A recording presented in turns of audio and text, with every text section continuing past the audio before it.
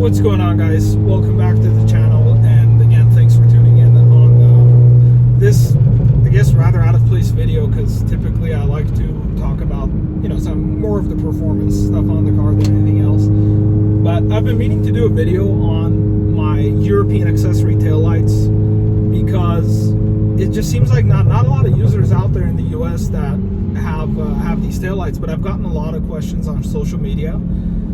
So I figured, well, why not make a video about it and just kind of go over what it, where you can get them, or how you could get them, and then what it takes to actually put this on, the car and make it work.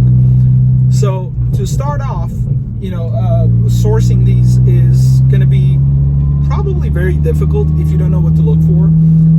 Fortunately for me, I've known about Europrice.us for quite some time now. That's the website. Alex, who operates it, he's really nice and communicative. If you ever have any questions, you want to shoot over just a question, just a basic question, just to figure out if what you're looking at is indeed for you, and if you're prepared to do it. But I found these taillights on Europrice.us after finding out about it from the 034 Motorsport blogs on Jaren's Gotland Green Audi Allroad, and I immediately fell in love with the way the lights look. So I've always liked to tint my taillights just a tad bit, just to make them a little darker. But it seems like the Audi factory has figured out a solution for that. I mean, it's kind of a price, they're kind of up there for what they are. But Audi figured out as an accessory to the European market to be able to sell these taillights for anybody who wants it. So there's some key differences in both cosmetically. It's got a clear lens. The inside is, it seems like the inside, the graphics are about the same as what you would find underneath a red lens that's on our USDM cars. But other than the clear lens, one of the biggest differences between these taillights and what you get with our market is going to be the amber turn signal. Now, ambers are, it seems like they don't exist in the US anymore. I'm not sure if that's a DOT requirement for the manufacturers, or just because all the lights on the back end of a car are now basically red lensed, if everybody just goes the less expensive route of making the turn signal red. So in any case, these turn signals and obviously the emergencies are the dynamic sweeping amber lights. Another difference is going to be, now I do know that this is a DOT requirement with the US cars, that if you have a sweeping turn signal on the lights, that you have, basically to bypass it, you have to have a static flasher as well. So what Audi figured out how to do is keep the dynamic sweeper on the cars that are sold out of dealerships, but every time the turn signal is on, the brake light flashes as a secondary turn signal to basically kind of cheat the system and meet the requirement of a static flashing light. So other than that, on the European clear accessories, the programming is that the sweeper is the only part of the turn signal. So I kind of like that idea, because I don't have to have my brake flashing at people every single time I turn on my turn signal, and the sweep is so quick that if you were to just look at it, you would think one side lights up before the next. It doesn't seem like a sweeping motion, but if you're really paying attention, it does sweep. So that was the biggest reason why I put it on outside of the darker, clear lens look. I prefer the look more than the dynamic signal, but come on, it's a hell of an upgrade. So basically, you could source it with Europrice.us. They run out about $1,000 just for the lights, but that's not where you end costs. So in order for these to work properly, the lights themselves, the physical light itself, it's a direct bolt-on replacement. However, when it comes to installation and proper function, it is not a direct replacement. Just keep in mind and be prepared, or have a professional prepared. You will need to do wiring work. You're going to need to run an additional wire that doesn't exist. So for us, we tucked it behind the little plastic cover at the lip of the trunk opening. you'll need to do an additional wire that runs from one side of the light to the other, but also a lot of the connectors are going to be changed. So you're going to have to exchange some connectors that Alex is nice enough to include with the lighting package, to basically wire it in and make sure you have enough pins connecting the light to the vehicle so it can function properly. Now, when it comes to cost, the other bit of your cost, if you don't already have it, you're going to need a VACCAN Pro cable. So in other words, this is not a VCDS cable.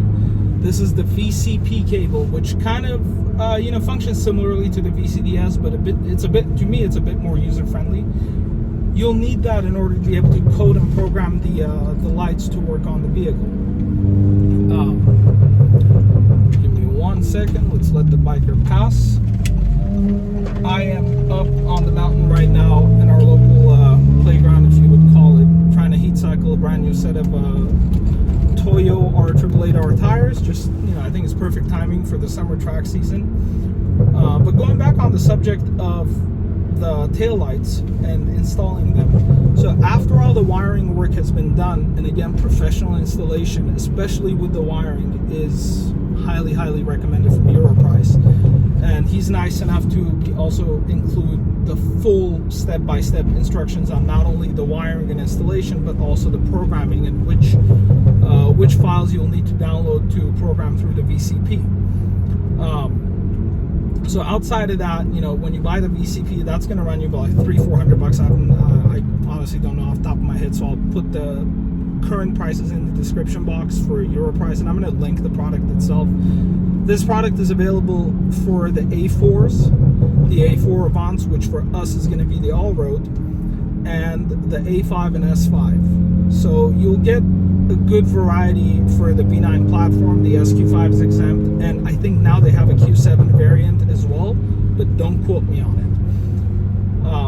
Installation should take about 2 to 3 hours of wiring and bolting and replacing the taillights that come from the manufacturer with this accessory light. And then programming, for us it was a little difficult. So we didn't know that there was a certain window of time where you could operate and download these programs to make it work. In the instructions it says so don't do it after a certain amount of a certain time during the day. I don't know, all I could say is it's not the easiest installation, and it's not a direct plug and play. So if you're not entirely sure, please consult with the seller before you source these parts, because it is an expensive purchase.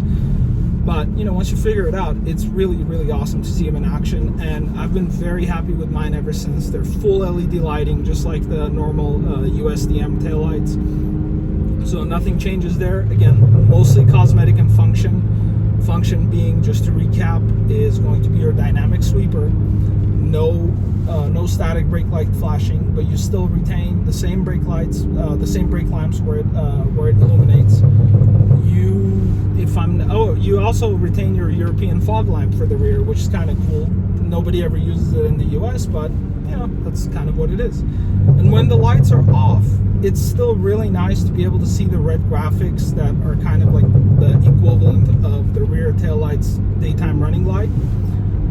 But you could see that without any illumination. So, typically if you see the DRLs on an A4 for the rear, there's going to be like a C-shaped couple of segments, just a red like a line. And with this one, whether it's illuminated or not, you're going to be able to see it under the clear housing. So I think that's the prettiest part about the whole dark theme tail light.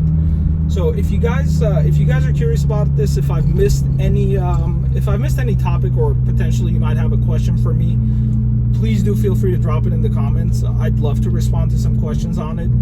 Not a lot of people are using it, from what I've seen. I scour the social media. It's kind of like, it's downtime. That's where everybody lives, is on social media. So I scour the social media, just check for, should always, admire everybody else's B9s, whether it's an A4, S4, or an all-road. And I get most of my ideas from you guys, when it comes to cosmetics. But this one, Jaron, all kudos to you, because this came from your car. If you guys are interested in taillights like this, obviously, please look into the description box. I'm gonna link it. I'm gonna link what you need, and Alex at Europrice is just awesome to work with. Anytime I've emailed him, and I've done business with him a couple of times outside of this taillight, he's always very responsive and very eager to help answer some questions for his potential customers. So if you're not sure, don't get into it just yet. Just make sure you have a professional installer at handy, somebody who knows wiring and electrical work, and kind of go from there. I mean, it's a good thing to have on the car, and I'm going to be biased and say if you have a black car, you should definitely do it, because I think it looks best on a black car. Anyways, guys, thank you for tuning in. If you like the content coming out of the channel, please do hit the like and subscribe buttons. And if you do dislike the video, let me know with the dislike button, so that this way I know what kind of content to create for this B9. You know, very limited audience videos. Anyways, I'll catch you guys pretty soon with the part 3 for the braking, and we're going to be installing the brake ducts and the cooling hoses, and we have to figure out a seal plate. So stay tuned. I'll have that video coming up pretty shortly. Thanks.